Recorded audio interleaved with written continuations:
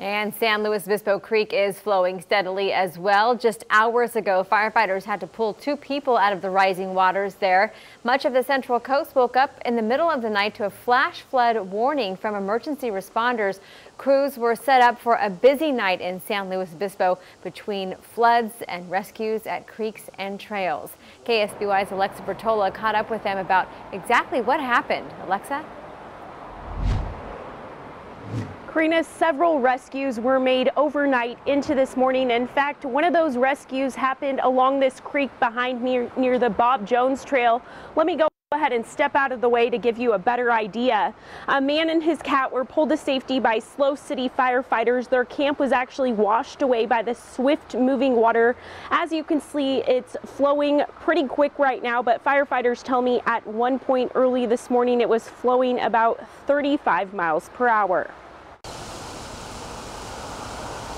It's pretty scary when it goes from a tiny creek to a huge, river so quickly. At 1:42 Thursday morning, the National Weather Service issued a flash flood warning. It might have woken you up. Cell phones in the shaded area got the wireless emergency alert. Because there was a line of thunderstorms looking through the area, that's when we issued the warning, because we were seeing rain rates of up to 1 inch per hour. More than 312,000 people were affected, including those living near the San Luis Obispo Creek. We actually woke up prior to receiving the alert.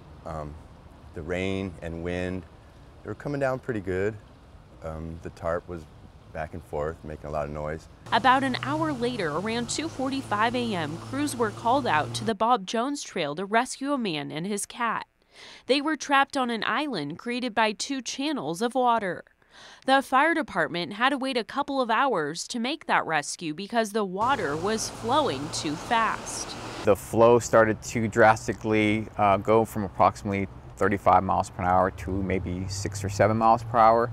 And when that happened, we decided to go ahead and attempt the rescue, and it was successful. This is video of him being brought to safety. It was really very shocking. I'm very worried about what it might be. Thinking about other people who camp along the creek, down in the creek, kind of had me worried. About a quarter mile away, around 4:30 a.m., another call, this one in a creek bottom just south of Los Osos Valley Road. A couple in a tent were about 25 feet away from the embankment.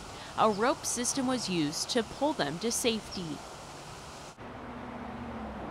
And the fire department says that they did put warnings out for people living here along the creek bed. The good news is that no one was injured.